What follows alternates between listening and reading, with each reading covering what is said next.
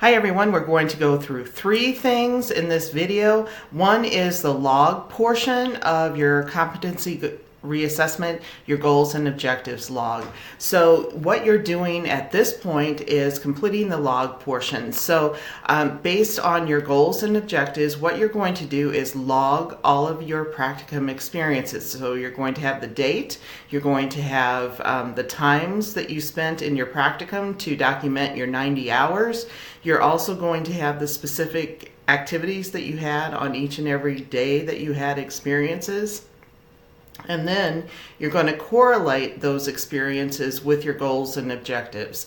And I do want to highlight that if there's something that didn't match your goals and objectives, that's perfectly fine. In fact, I encourage you to have those experiences beyond what you've anticipated and to take those opportunities to build your practice when they present themselves. So if you have any questions as far as completing the log portion of the document, let me know. The next is the student evaluation of preceptor and practicum site. Again, it's very important for us to know how things worked with your preceptor and the practicum site, so that feedback is very valuable to us as we're looking at future placements for students, and it helps us to get a better understanding of the dynamics of the preceptor and student experience. So be very honest with your evaluations and give us feedback so that we can move forward in a very positive way